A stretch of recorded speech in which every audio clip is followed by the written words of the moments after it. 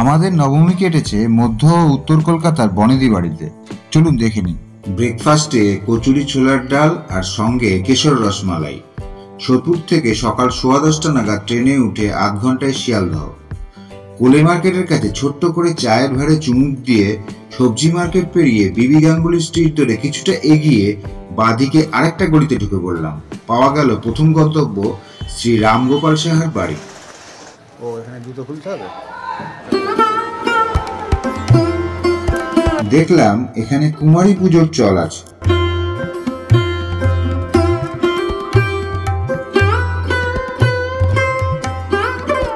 এরপর সারপ্রাইজ, ততটা বিখ্যাত নয় এরকম এক মল্লিক বাড়ির পুজোতে আন্তরিকতায় মুগ্ধ হলাম।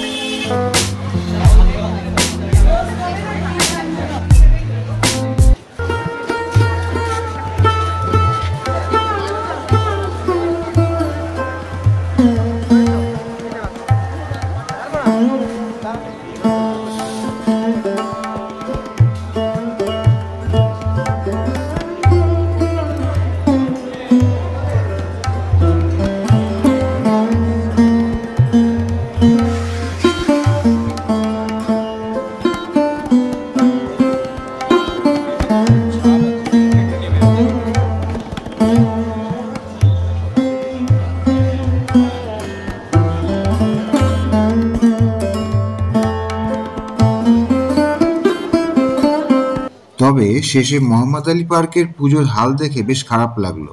বাবার কাছে প্রথম শুনেছিলাম এর নাম ছোটবেলায়। যাই হোক, পাওভাজি খেতে খেতে বৃষ্টি নামলো। তারপর আর কি, ফেরা।